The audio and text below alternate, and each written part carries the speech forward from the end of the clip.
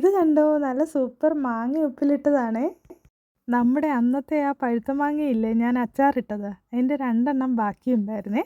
അത് ഞാനൊന്ന് ഉപ്പിലിട്ട് വെച്ചതാണേ. 2 ദിവസം കഴിഞ്ഞിട്ട് ഞാനതൊന്ന് ടേസ്റ്റ് ചെയ്യുവാണേ.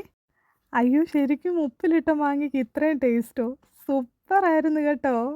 അപ്പോൾ അതെങ്ങനെയാണ് ചെയ്തതെന്ന് നോക്കാമേ. ഒരു കുപ്പിയിലേക്ക് ഈ മാങ്ങയെല്ലാം ഞാനൊന്ന് കട്ട് ചെയ്ത് വെച്ചിട്ടുണ്ടേ. എന്നിട്ട് നല്ല ഫ്രഷ് കാന്താരി ഉണ്ടായിരുന്നേ. കാന്താരിയൂടെ ഉള്ളപ്പോഴാണ് അതിൻ്റെ ഒരു ടേസ്റ്റ് വരുന്നതേ. ഇതെല്ലാം നമ്മൾ ഈ കുപ്പിയിലേക്ക് ഇട്ട് കൊടുക്കുന്നുണ്ട്. അതിനുശേഷം അതിലേക്ക് കുറച്ച് ഉപ്പും ചേർത്ത് കൊടുത്തു. പിന്നെ തിളപ്പിച്ചാറിയ വെള്ളമാണ് ഈ ചേർത്ത് കൊടുക്കുന്നത്. ഉപ്പിലിടുന്നതൊക്കെ എല്ലാവർക്കും അറിയാവുന്നതാണ്, പക്ഷേ ഇതൊരു പ്രത്യേക ടേസ്റ്റ് ഉണ്ടായിരുന്നേ. കുറച്ച് വിനാഗിരിയും ചേർത്ത് കൊടുത്തേ. ഇനി ഞാനിത് ഫ്രിഡ്ജിലാണ് വെച്ചിരുന്നത്.